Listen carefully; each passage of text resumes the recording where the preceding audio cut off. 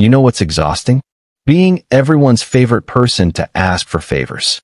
Picture this. Your phone buzzes. It's your coworker asking if you can cover their shift. Again, you're already exhausted. You have plans. But before you even think about it, you hear yourself say, "Yeah, sure, no problem." Or maybe it's your friend asking you to help them move this weekend. You've helped them move 3 times already. You don't even like moving your own stuff. But there you are, saying back, "Of course. What time?" Here's another one. You're at a family dinner, and your aunt volunteers you to organize the entire holiday party. Everyone's looking at you. You want to scream in "oh," but instead, you smile and say, "I'd love to." If this is your life, you already know exactly what I'm talking about. If you're someone who can't say no, you're living in this weird paradox. Everyone thinks you're the nicest, most helpful person they know. And honestly, that feels good for about 5 minutes. But behind closed doors, you're drowning. Your calendar is full of things you never wanted to do. You're running on empty because you're too busy filling everyone else's cup. And the worst part? You're starting to resent the very people you're trying to help. But here's the thing, you still can't stop. Every time an opportunity to say no comes up, you freeze. You panic. And you say yes. Again. So why do we do this to ourselves? Let's talk about what's really going on. First, there's the fear of rejection. Deep down, you believe that your worth is tied to your usefulness. You think, if I say no, they won't like me anymore. They'll think I'm selfish. They'll stop asking me for things.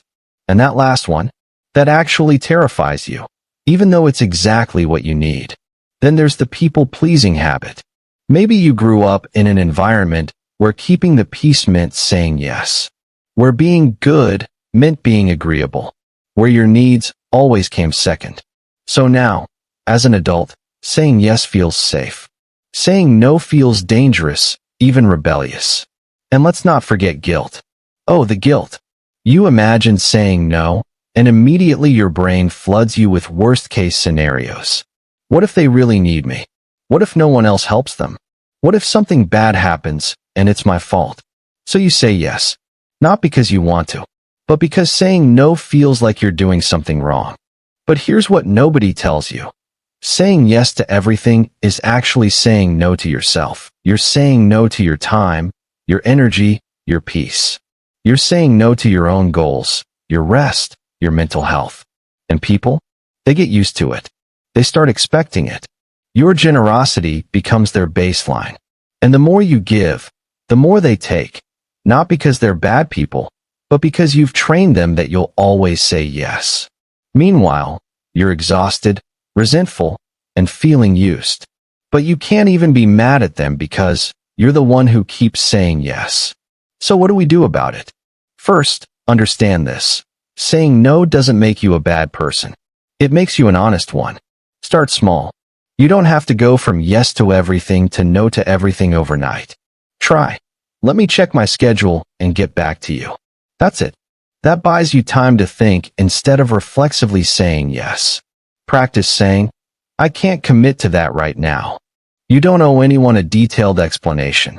You don't need to justify your boundaries with a dissertation on why you're busy. And here's a big one. Get comfortable with disappointing people.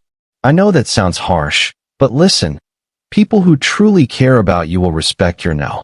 And people who only value you for what you can do for them, they were never really your people anyway. Learning to say no is hard. It's going to feel uncomfortable.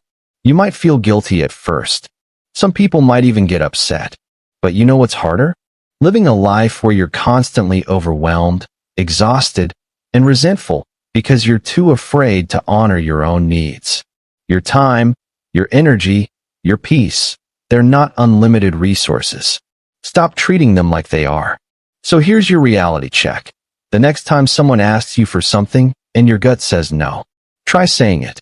Just once. See what happens. The world won't end. But your resentment might finally start to. You're not responsible for everyone else's happiness, but you are responsible for your own. So maybe it's time to start acting like it.